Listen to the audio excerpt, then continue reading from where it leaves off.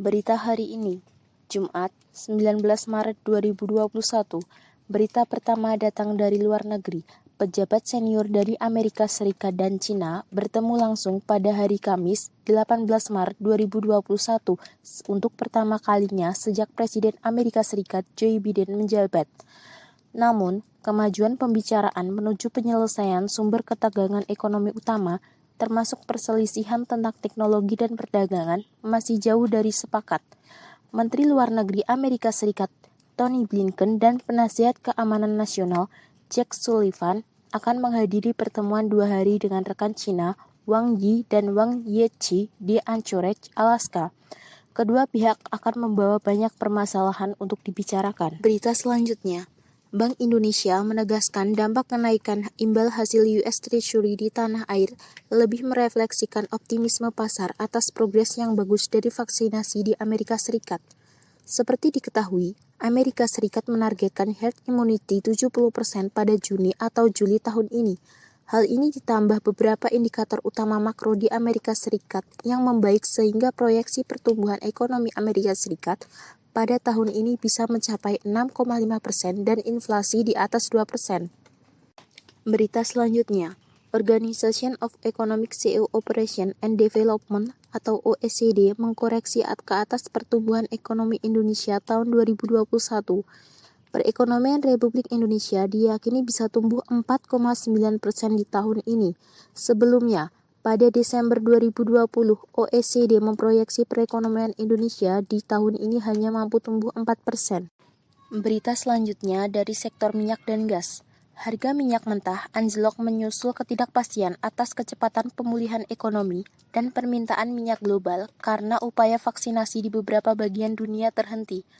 Berdasarkan data Bloomberg, Kamis 18 Maret 2021, harga minyak WTI untuk pengiriman April anjlok 4,60 poin ke level 60 US dollar per barel, terendah sejak awal Maret. Sementara itu, minyak mentah Brent untuk pengiriman Mei turun 4,72 poin atau 6,94% dan berakhir di level 63,28 US dollar per barel. Hal tersebut terjadi karena kilang di pantai Teluk Amerika Serikat yang masih memulihkan aktivitas setelah fenomena February Freeze atau cuaca dingin yang buruk di sebagian Amerika Serikat bulan lalu. Berita selanjutnya, impor grain parent stock GPS atau buyut bibit ayam harus diperketat dengan kriteria yang jelas dan dapat dipertanggungjawabkan. Hal ini guna tetap menjaga keseimbangan antara permintaan dan penawaran daging ayam yang saat ini kelebihan stok.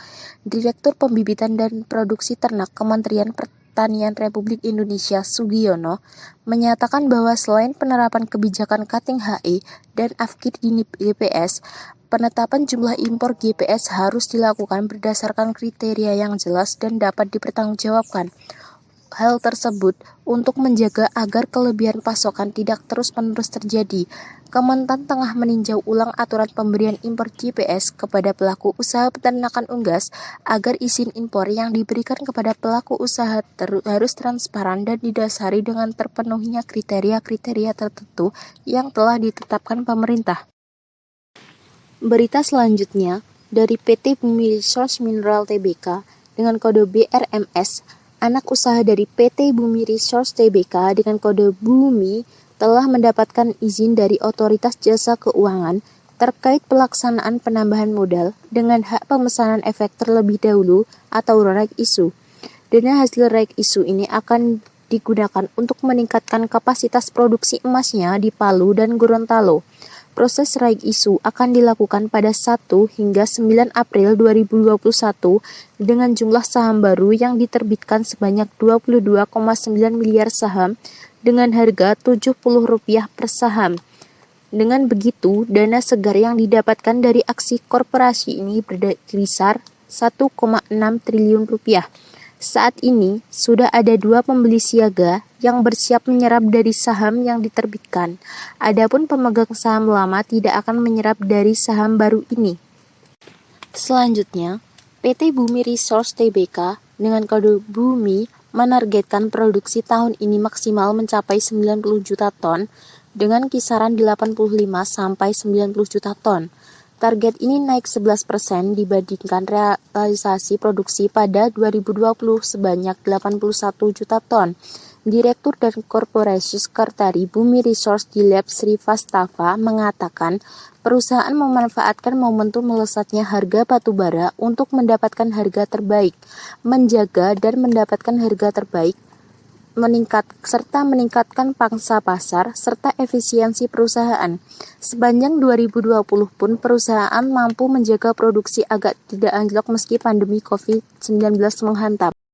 Berita selanjutnya datang dari sektor perbankan. PT Bank Tabungan Negara menyatakan kesiapannya untuk mendukung Badan Pengelola Tabungan Perumahan Rakyat atau BP Tapera guna mempercepat penyediaan hunian layak huni bagi sekitar 9,1 juta masyarakat berpenghasilan rendah di Indonesia yang diantaranya memiliki penghasilan di bawah 4 juta rupiah. Saat ini, Tapera telah menyiapkan penyusunan skema pembiayaan perumahan bagi MBR. Sasaran program Tapera tersebut diharapkan dapat memenuhi kebutuhan seluruh lapisan MBR termasuk yang berpenghasilan di bawah 4 juta rupiah. Sekian berita hari ini. Terima kasih.